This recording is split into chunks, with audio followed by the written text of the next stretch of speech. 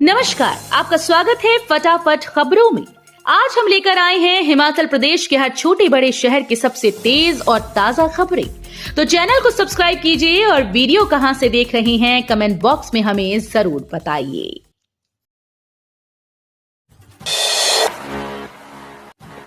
राज्यपाल के दिल्ली रवाना होने से पहले राजभवन पहुंचे मुख्यमंत्री, इन मुद्दों पर हुई गहन चर्चा। राज्यपाल शिव प्रताप शुक्ल के दिल्ली रवाना होने से पहले मुख्यमंत्री सुखविंदर सिंह सुक्खू उनसे मुलाकात करने के लिए राजभवन पहुंचे। चौधरी सरवण कुमार हिमाचल प्रदेश कृषि विश्वविद्यालय पालमपुर के कुलपति की नियुक्ति से जुड़े विवाद के बाद उनकी राज्यपाल से ये दूसरी मुलाकात है। इससे पहले मुख्यमंत्री गत 29 जून को राज्यपाल से मिले थे। उनकी इस ताजा मुलाकात को 27 अगस्त से 9 सितंबर तक शिमला में आयोजित होने वाले विधानसभा सत्र से जोड़कर देखा जा रहा है, जिसे मंत्रिमंडल बैठक के बाद राज्यपाल से अनुशंसा मिलनी है। इस बार मानसून सत्र लंबा होगा, जिसकी 10 बैठकें आयोजित होंगी। हालांकि मुख्यमंत्री सुखविंदर सिंह सुक्खू के दिल्ली दौरे से लौटने के बाद प्रदेश सचिवालय में मंत्री के खाली पड़े एक पद को भरने और पहले से काम कर रहे मंत्रियों के विभागों में फेरबदल या किसी को विड्रॉ करके उसके स्थान पर किसी अन्य को स्थान देने संबंधी अटकलों का बाजार गर्म है। यानी यदि आने वाले समय में किसी महिला मंत्री को मंत्रिमंडल में स्थान दिया जाता है तो उसमें कांगड़ा कोटे से मुख्यमंत्री की पत्नी कमलेश ठाकुर को जगह मिल सकती है। झमाझम बारिश, कई भागों के लिए ऑरेंज अलर्ट, जानिए 6 अगस्त तक का मौसम पूर्वानुमान। हिमाचल प्रदेश के कई भागों में 3 दिनों तक भारी बारिश का ऑरेंज अलर्ट जारी किया गया। मौसम विभाग केंद्र शिमला के अनुसार राज्य के कई भागों में 6 अगस्त तक बारिश का दौर जारी रहने का पूर्वानुमान है। 31 जुलाई से 2 अगस्त तक कुछ भागों के लिए भारी बारिश का ऑरेंज अलर्ट जारी किया गया।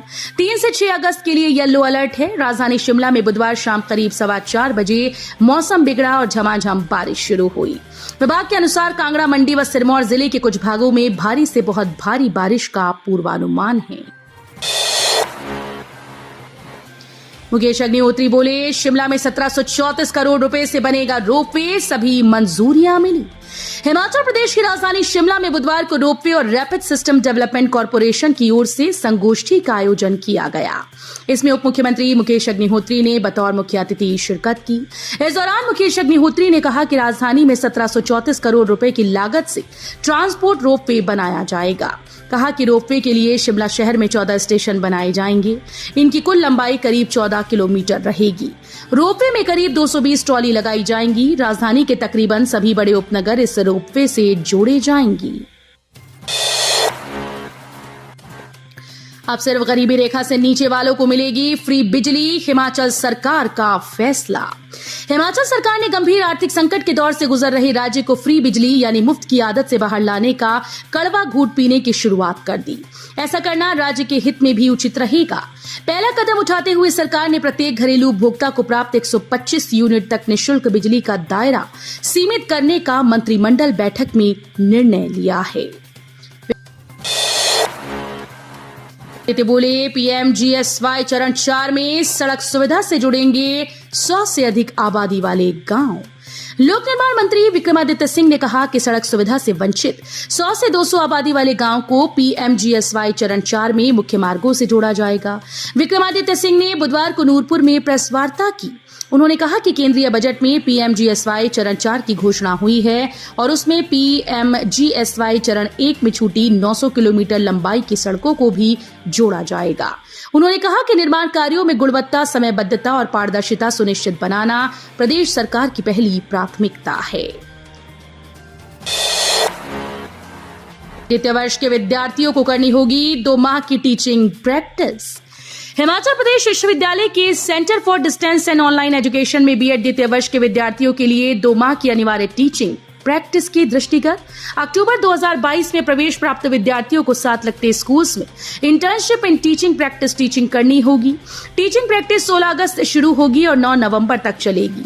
बीएड द्वितीय वर्ष के विद्यार्थियों की टीचिंग प्रैक्टिस 2 माह के शुरुआती 2 सप्ताह में स्कूल के वरिष्ठ प्रशिक्षित शिक्षकों के माध्यम से रेगुलर कक्षा ट्रांजैक्शन प्रक्रिया शामिल होगी। इलेक्ट्रिक बस खरीद को कंपनीज का इंतजार। हिमाचल प्रदेश में खरीदी जाने वाली 327 इलेक्ट्रिक बसेस की खरीद के लिए टेंडर की आखिरी तारीख 1 अगस्त है। एचआरटीसी बस निर्माता कंपनीज के इंतजार में है। सूत्रों के अनुसार अभी 3 ही कंपनीज ने टेंडर में हिस्सा लिया है और उम्मीद है कि शेष 2 दिनों में और कंपनीज आगे आएंगी। जानकारी के अनुसार इलेक्ट्रिक बसेस की खरीद प्रक्रिया को पूरा करने के लिए एचआरटीसी भी अब जल्दबाजी में है। स्कूल्स में प्रेयर के साथ तिरंगा फहराना जरूरी। प्रदेश सरकार विद्यार्थियों का समग्र और समावेशी विकास सुनिश्चित करने के लिए प्रतिबद्ध है। विद्यार्थियों में राष्ट्रीयता और देशभक्ति की भावना जागृत करने के लिए राज्य सरकार ने प्रदेश के सभी स्कूल्स में राष्ट्रगान के साथ प्रातःकालीन प्रार्थना सभा आयोजित करने का निर्णय लिया है। इसके अतिरिक्त सभी उच्च और वरिष्ठ माध्यमिक विद्यालयों में प्रतिदिन अनिवार्य रूप से राष्ट्रीय ध्वज फहराने का भी निर्णय लिया गया। मुख्यमंत्री सुखविंदर सिंह सुक्खू ने कहा कि इस प्रकार की गतिविधियों से युवा पीढ़ी में एकता और देशभक्ति की भावना जागृत होती है। इससे विद्यार्थी भविष्य में राष्ट्र के जिम्मेदार नागरिक बनेंगे।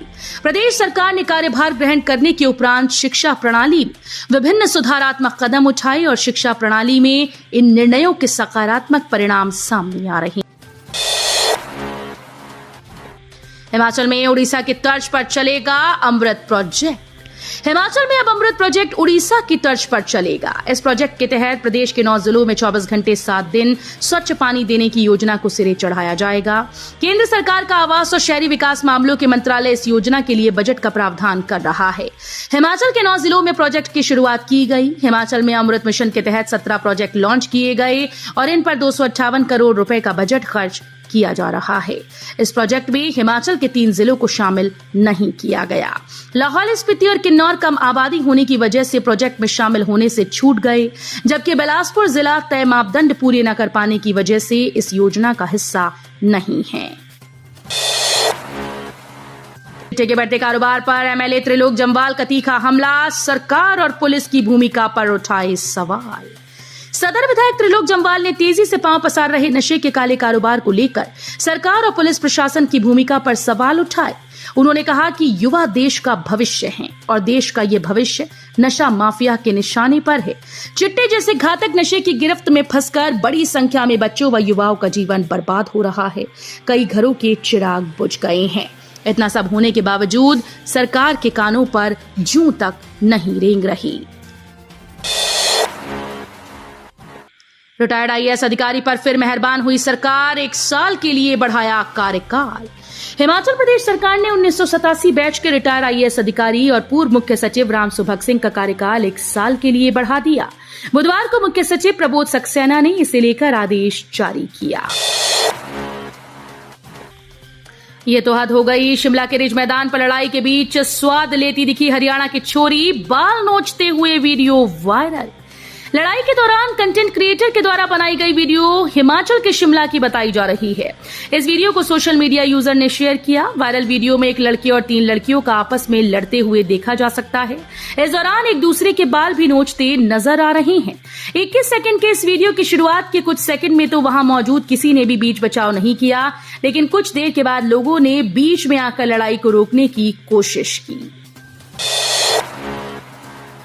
बल्क ड्रग पार्क में भ्रष्टाचार के रास्ते तलाश रही कांग्रेस सरकार। नेता प्रतिपक्ष ने कहा कि सुक्खू सरकार बल्क ड्रग पार्क में सरकार भ्रष्टाचार के रास्ते तलाश रही है।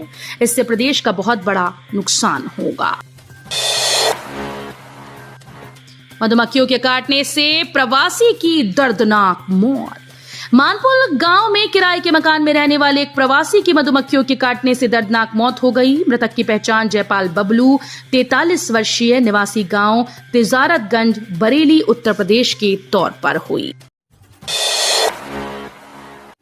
तो ये थी आज की फटाफट खबरें। हम मिलेंगे अगले बुलेटिन में, तब तक के लिए धन्यवाद। जय हिंद।